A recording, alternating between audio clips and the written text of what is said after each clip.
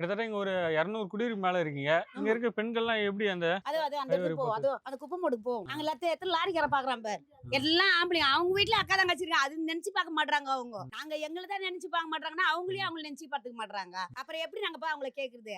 அவங்க சொல்றவங்களுக்கு அறிவு இல்ல ஃபர்ஸ்ட். செய்றேன்னு வராங்க. அதுக்கப்புறம் அவ்வளவுதான் நிப்பாட்டிக்கிறாங்க. பணம் கொடுத்தா நல்லவங்க நாங்க. பணம் கொடுக்கல கிடையாது. ஓட்டுன்னு கேட்க வர மாட்டாங்க இங்க. எப்படி அவங்க கேட்க வருவாங்க? ஓட்டு கேட்க வரும்போது அப்ப பேசுவோம்னு நாங்க. அப்ப நீங்க பெண்கள்லாம் பாதுகாப்பு இல்லாம திறந்த வெளில தான் போறீங்க. ஆமா.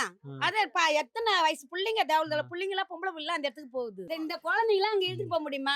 சொல்லு. கஷ்டம் தான். அந்த குழந்தைங்களை எடுத்து நாங்க அங்க போறோம். ஒரு பாத்ரூம் தான் கட்டுங்கன்றோம். நாங்க வேற எதுவுமே கோரிக்கை கேட்கல. எங்களுக்கு ஒரு டாய்லெட் கட்டி கொடுத்தீங்கன்னா சரா போச்சு. கஞ்சா அடிக்கிறானுங்க, குடிக்கிறானுங்க, ரவுடி பசங்க நிறைய பேர் லாரிக்காரனுங்க பாக்குறானுங்க. எல்லாம் வயசு பிள்ளைங்களா இருக்குதுங்க, குழந்தைங்க இருக்குது. நாங்க அதுக்கெல்லாம் பயப்படுறோம். நாங்க வயசு பிள்ளைங்க ஆம்பளை பிள்ளைங்கள நடக்க முடியல. அப்படி இருக்குது இந்த இடம். அவங்க ஆட்சி வரும்போது கோரிக்கை வச்சீங்களா எங்களை கழிவு கிடைத்து சொல்லி? எல்லாமே கேட்டுட்டோம். ஆ.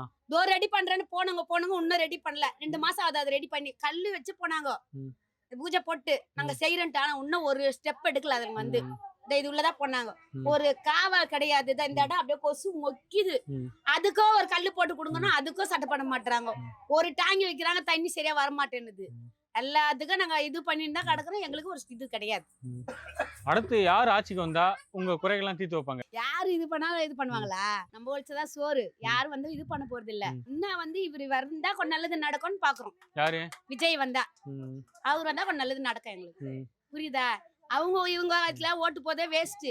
நம்ம ஒழிச்சா நம்ம சோறு. கரெக்ட் தான். அவங்க போட போறதுல வீட்டை தேடி வந்து ம். அவங்களால முடிஞ்சது நாங்க செய்ய சொல்லணும். அதை செஞ்சா குத்தா போதும் எங்களுக்கு.